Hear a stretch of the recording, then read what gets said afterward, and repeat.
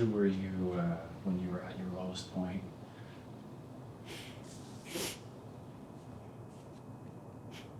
That one's hard.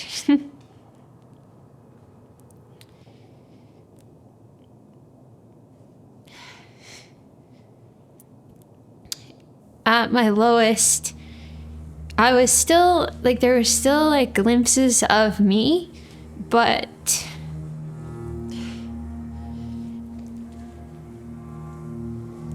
it's gonna take me a second. Just someone who very fortunately just feels a lot and, you know, sees a lot, sees the beauty in things, and I really felt that part of me slip away and just become really numb.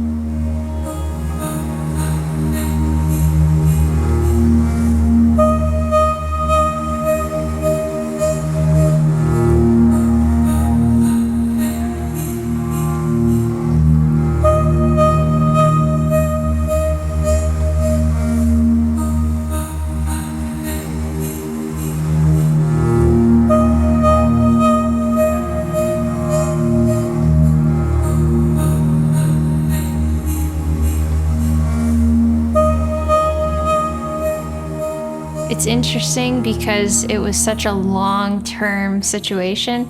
So, you know, something really awful happened when I was a child. And, you know, those are like your formative years. So for me, it happened when I didn't really understand.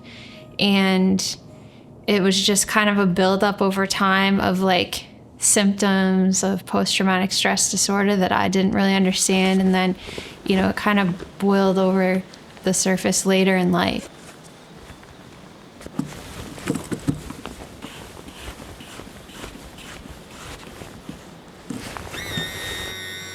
It was like part of who I am for such a long time, and you know how your brain develops, it impacted so many parts of my life. So it wasn't like a, you know, it can happen so many different ways for people. It can be like a situation that just pops up, which is what it was, but just so long ago, it really shaped who I am today.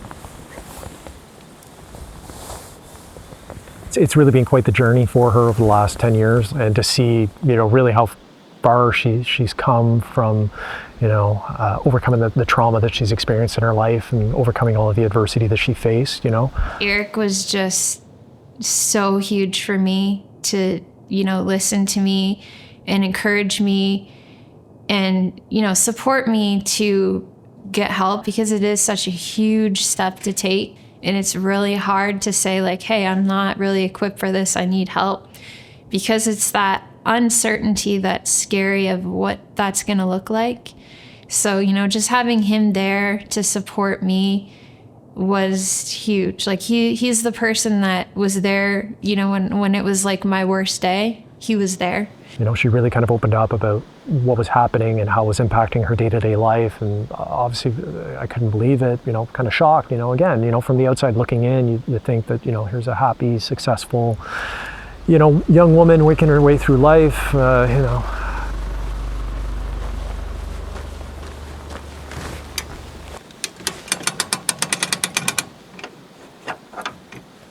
You know, I remember actually not really wanting to get out of bed, and he's like the type of person that would like try to make me laugh and, you know, get me out of bed.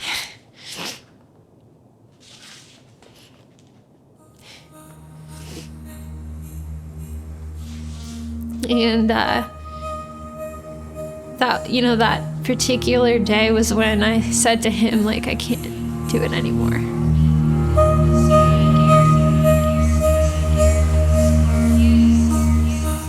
And he's like, okay, you know, we're gonna get through this. So, and you know, I'm sure there's other people I could have talked to, but I just felt like I had to keep a lot inside, and that's, you know, it's not true. Finally, you know, made a decision to kind of open up and take the concrete steps to seek help, outside help, and you know, try and turn things around and you know, address those old lingering wounds.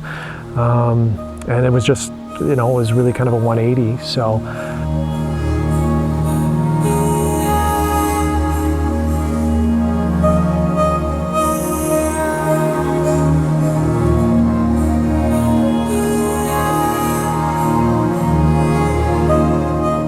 Fishing is something that I started when I was young, and I had that early introduction to it, but then later in life I was really drawn to it. And a huge part of, what I do is sharing the experiences, sharing the joy, sharing the adventures, and, in hopes to inspire people to get out there and do it. And I think there's so many benefits to it, whether it's, whether you are on a healing journey or whether you just need that reset from your busy life. I think that all of the above have impacted me, and it's just something that I like to put out into the world and share with others, the joy that it brings me, and hopes that, others will connect with it and have that same experience too. Oh, yeah.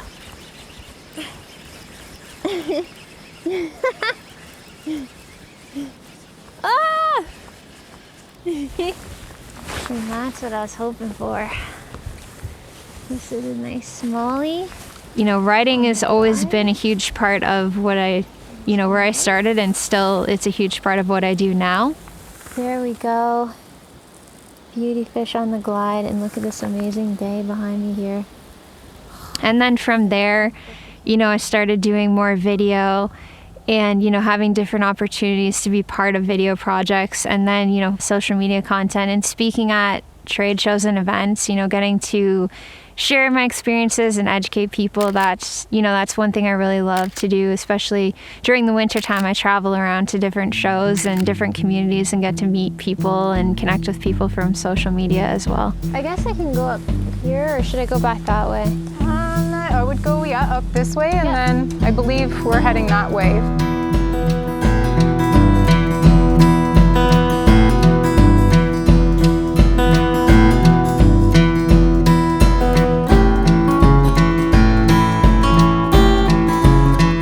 Our good friend Lori actually had let me know that Ashley was going to be hosting a 2-day ladies walleye kind of catch on the Bay of Quinte. And so I said yes. I heard 2 days of fishing, absolutely.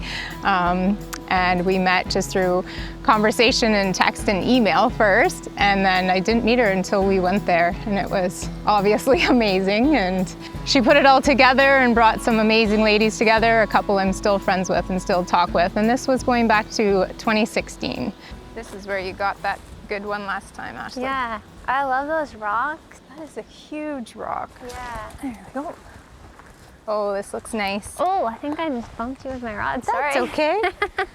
Fishing's not everything to us. It's not what really keeps us talking and meeting up, but it's definitely a big one. Oh, we can cast. This looks good. Oh, I remember we kind of chilled here before, Yeah, remember? we did. We got pictures here for sure. Yeah. It's crazy sometimes just meeting someone at an event or, connecting on social media. And like Jen, for example, has become such an important person to me. And it feels like, we just happened to meet by chance and just really connected. And, years later, sharing these experiences that mean so much.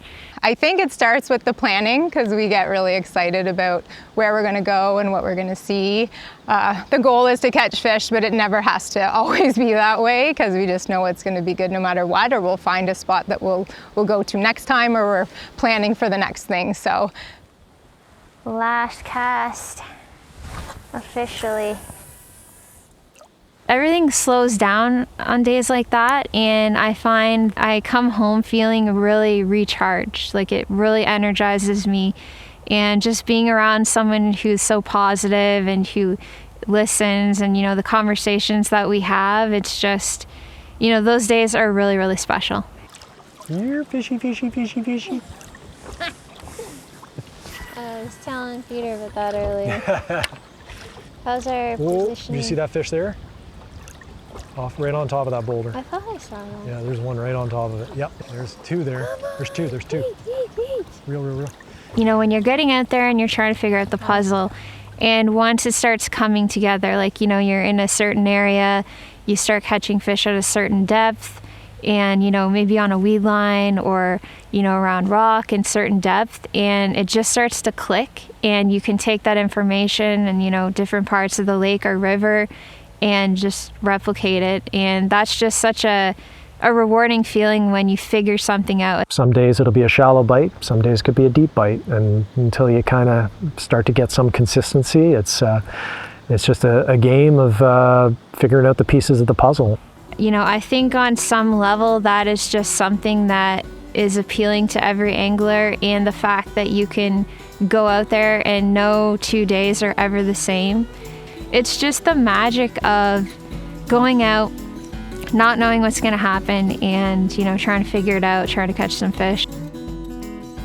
I mean, any day on the water beats a day at home or beats a day in the office. I mean, that's for sure, but it's always a bit of a gamble, and sometimes it pays off and sometimes it doesn't. But even on the days where, you know, fishing might have been tough, you still learn something from it.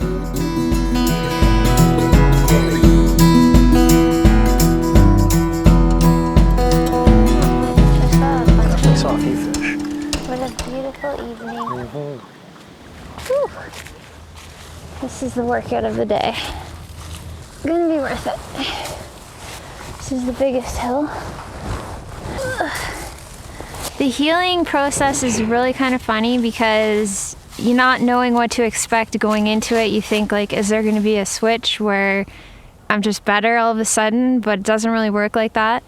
And, you know, there's a lot of things that I could see kind of quick progress on, but then other things have been ongoing, and there's these little moments that kind of pop up all the time where I think, wow, I just did that.